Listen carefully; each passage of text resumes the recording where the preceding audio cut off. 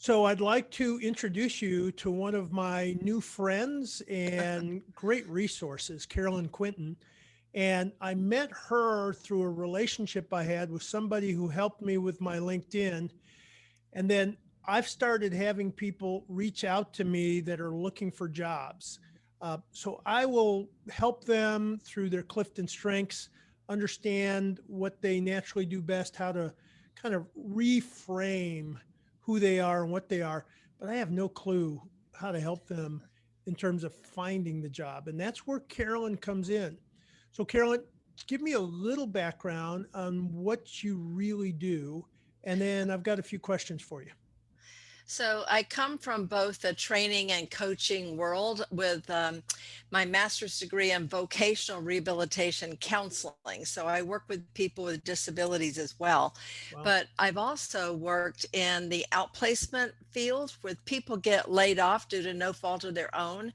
I've been doing that for about 13 years. So I have a lot of resources that I've learned through being part of those companies and corporations that help other people, to be able to pick themselves up and run with it with a job search.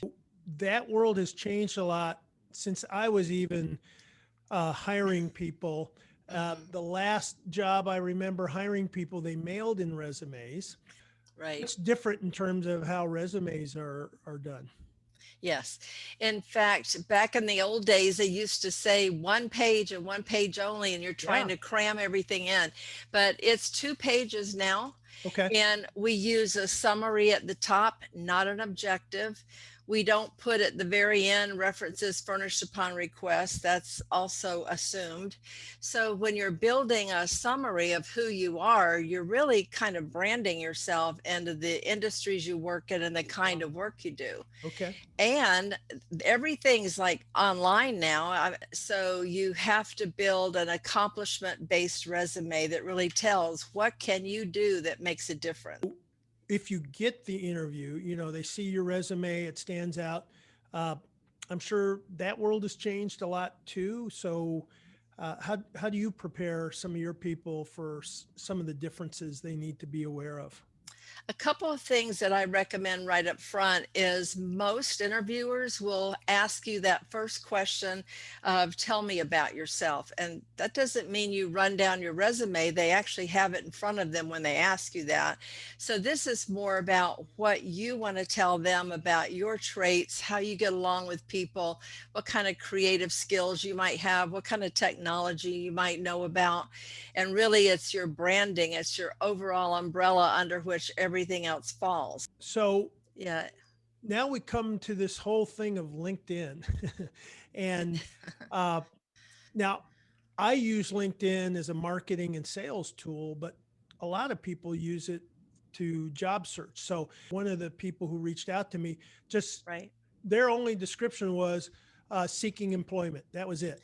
What are some big mistakes people make? Probably like that one. What are some tips in terms of using LinkedIn, and why do they need to really put a priority on it? In LinkedIn is where all the HR folks and recruiters are paying LinkedIn thousands of dollars so they can get in, type in their keywords, look for people with that kind of background, and hopefully find somebody that's nearby to hire that they don't need to actually relocate across country. So they can do that easily and they don't have to put an advertisement out there necessarily that brings in thousands of resumes they don't want. So on the recruiter end of it, they're looking for you. So you have to be ready. The under your picture, you were talking about somebody put just seeking employment. You can certainly put that, but that's called the headline. And LinkedIn actually allows not 2 lines, but 4 lines now of text. And Okay. so you're telling them right there, just like you do in the summary of your resume, but more concise, what it is that you do. And you're really using those keywords. When they're searching for you, the keywords that you have in your LinkedIn come from your headline, your about section, that which is a summary you have to add to LinkedIn. It comes from your skills section, and it also comes through your work experience. So you really have to build out your profile with a lot of detail to have them find you. The other thing you can do is a job search under the jobs tab of LinkedIn. And when you set alerts for certain companies and certain kind of jobs, there's a setting in the back end where you can let recruiters know that you're interested. And some people just don't understand what the settings do. And those are very important as well. What are a couple of the big mistakes that you commonly see when someone comes to you and saying, help me find a job? Right. So one thing is people believe that they don't understand customizing your own URL so Okay. that you can put that on your LinkedIn profile, on your email signature. Also, if you use business cards or any other kind of marketing that you have your LinkedIn URL, what people are not doing is they'll put their name in there, but they leave all those numbers and letters at the end because they don't understand them.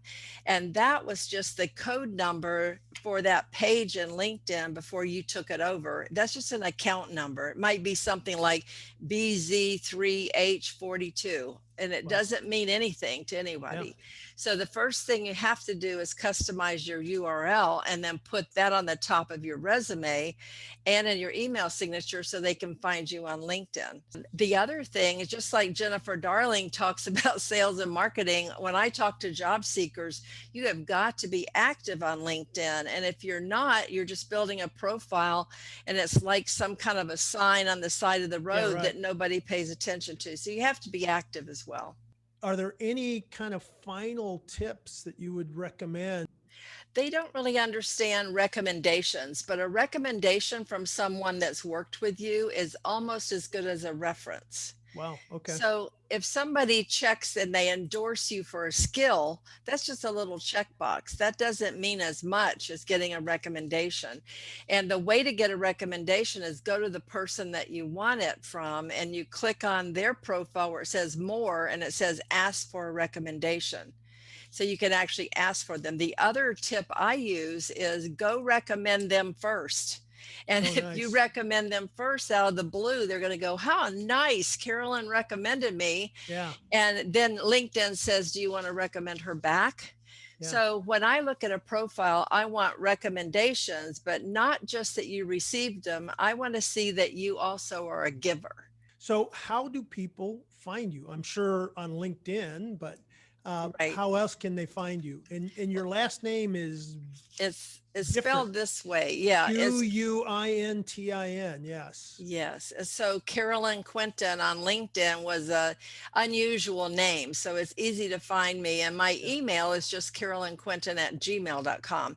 But Right. once you're on LinkedIn and you reach out, add a note and say, why are you wanting to Right. connect with me? Most people, if they do it from their phone won't necessarily personalize the invitation unless you know where to look. So it's best to do it on your computer, add a note so that it's personalized and I know where I met you or who referred you. And then I'm much more likely to accept the invitation to connect.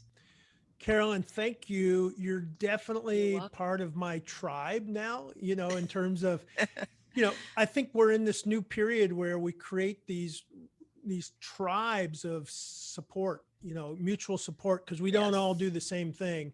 And I No. appreciate what you do. And I appreciate the way you're helping some of the people that I referred to you. And so reach out to Carolyn. Yes. And thank you very much. You're welcome. And I'm just going to say, don't go it alone. You've got help out here, You even do. if it's just your peers that you used to work with, talk to each other, share job leads, and so on as well.